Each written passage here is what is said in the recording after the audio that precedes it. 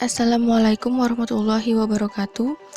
Saya Maya Apridia dengan NIM 048 dari kelas 5E akan menjelaskan mengenai etika dalam Islam. Yang pertama adalah pengertian etika. Secara etimologis, kata etika berasal dari bahasa Yunani yaitu ethos dan etikos. Ethos yang berarti sifat, watak, adat, kebiasaan, dan tempat yang baik. Sedangkan etikos berarti susila, keadaban, atau kelakuan dan perbuatan yang baik.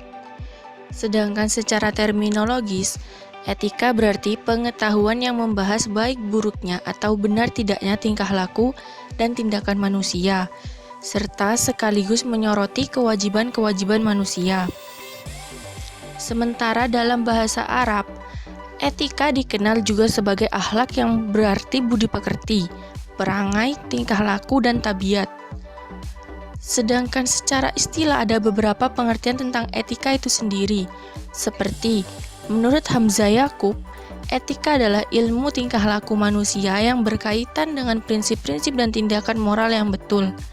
Atau tepatnya, etika adalah ilmu yang menyelidiki mana yang baik dan mana yang buruk.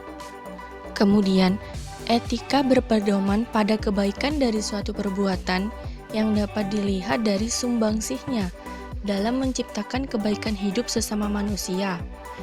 Baik buruknya perbuatan seseorang dapat kita lihat berdasarkan besar kecilnya dia memberikan manfaat kepada orang lain.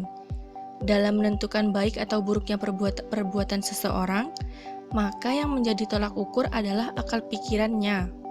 Sebagaimana firman Allah dalam surat Al-Qalam ayat 4 yang artinya, dan sesungguhnya kamu benar-benar berbudi pekerti yang agung.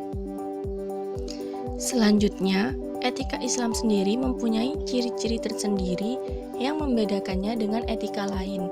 Etika Islam sekurang-kurangnya mempunyai 5 ciri utama, yaitu pertama, Rabbani, kedua manusiawi, ketiga universal, keempat keseimbangan, dan kelima realistik.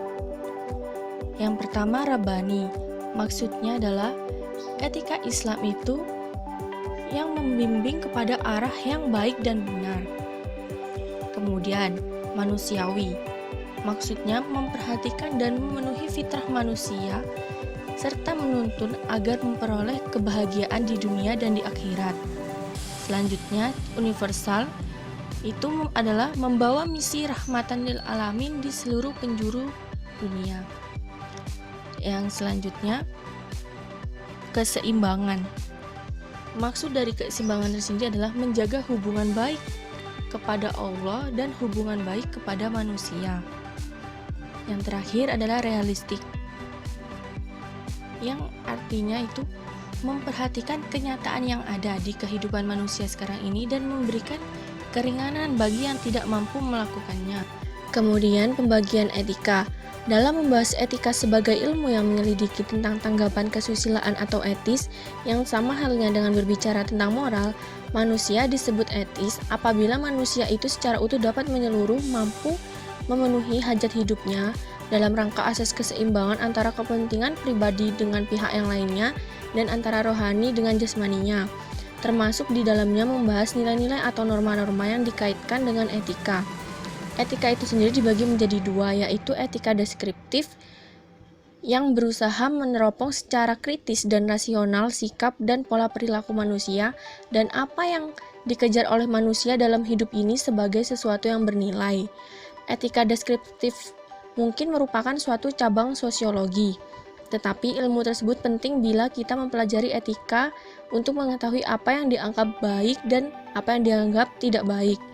Kaidah etika yang biasa dimunculkan dalam etika deskriptif adalah adat kebiasaan, anggapan-anggapan tentang baik dan buruk, dan tindakan-tindakan yang diperbolehkan untuk dilakukan dan tidak diperbolehkan untuk dilakukan. Yang kedua, etika normatif.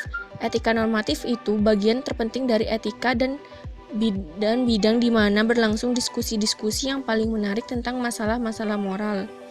Etika normatif adalah etika yang mengacu pada norma-norma atau standar moral yang diharapkan untuk mempengaruhi perilaku, kebijakan, keputusan, karakter individu, dan struktur sosial. Kemudian, sistem dalam etika Islam.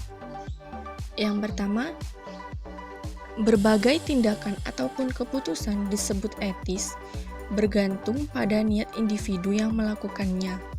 Allah Maha Kuasa dan mengetahui apapun niat kita sepenuhnya secara sempurna. Yang selanjutnya, niat baik yang diikuti tindakan yang baik akan dihitung sebagai ibadah. Niat yang halal tidak dapat mengubah tindakan yang haram menjadi halal. Maksudnya, jika kita memang berniat baik dan hasilnya juga baik, itu akan dianggap sebagai ibadah. Tetapi jika niat kita halal, tapi yang tindakan kita lakukan itu adalah haram, tidak bisa merubah tindakan tersebut menjadi halal. Kemudian, tindakan seperti sistem etika yang diyakini banyak agama lain, Islam mendorong umat manusia untuk melaksanakan tazkiyah melalui partisipasi aktif dalam kehidupan ini dengan berperilaku secara etis di tengah godaan ujian dunia. Kaum muslim harus mampu membuktikan ketaatannya pada Allah.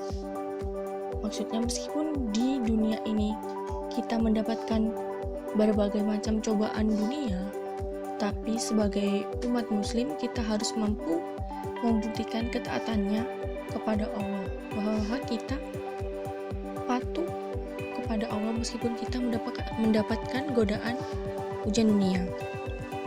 Yang terakhir yaitu penerapan etika Islam. Salah satunya yaitu etika Islam diterapkan dalam kegiatan bermuamalah. Seperti kita tidak boleh memperdagangkan barang-barang yang sudah jelas haram hukumnya. Bersikap benar, jujur, amanah, dan tidak boleh melakukan kecurangan meskipun sedikit. Sikap adil dan mengharamkan bunga riba. Menerapkan kasih sayang dan larangan melakukan kegiatan monopoli. Tidak menyembunyikan barang yang terdapat cacat meskipun hanya sekecil lubang.